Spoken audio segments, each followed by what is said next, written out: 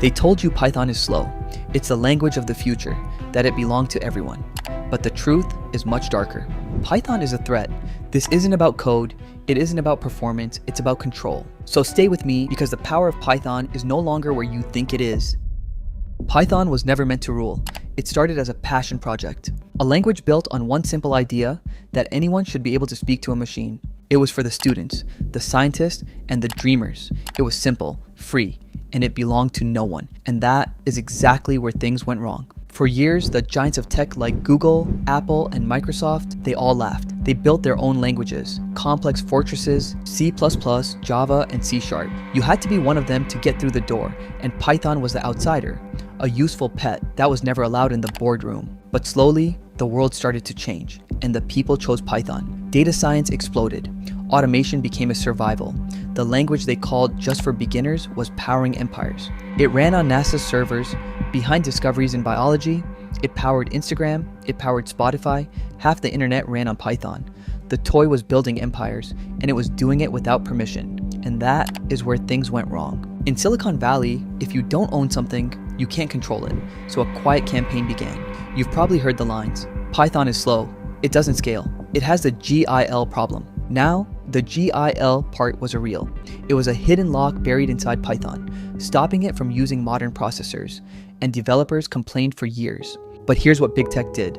They took that frustration and turned the volume up on purpose. Suddenly, every conference, every job post was asking the same question. Can Python handle the future? They didn't create the problem. They weaponized it. Google gave us Go.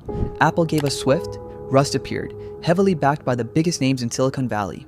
They called it innovation, but it was a strategy, a classic move. Don't attack your enemy directly. Instead, surround them and fracture their support.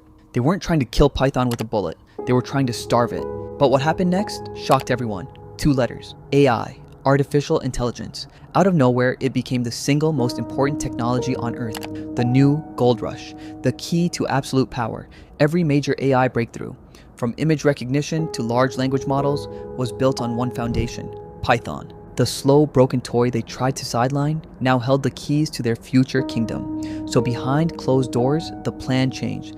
They activated a strategy so old and so ruthless, it has its own name in Silicon Valley. Embrace, extend, and extinguish. But here's what they didn't expect. The people started fighting back. Internally, developers inside the core team pushed to remove the GIL, the hidden chain that made Python slow. The weakness they weaponized. In 2023, Python 3 shipped an experimental build. Python without the GIL, faster, concurrent, and dangerous. Suddenly, the old argument started to crack, and now big tech had bet billions on Python's death, built entire ecosystems around its replacement, and Python has refused to die. Here's the truth nobody talks about. Big tech doesn't need Python to die, they just need to control where its power flows. Because Python was never just a language, it was access. And access is the one thing they've never wanted to share. Python represents the last real door to a free, open, democratized digital world. The idea that one person with a laptop can still build something that changes everything. So if you love Python, hit that like and subscribe for more stories.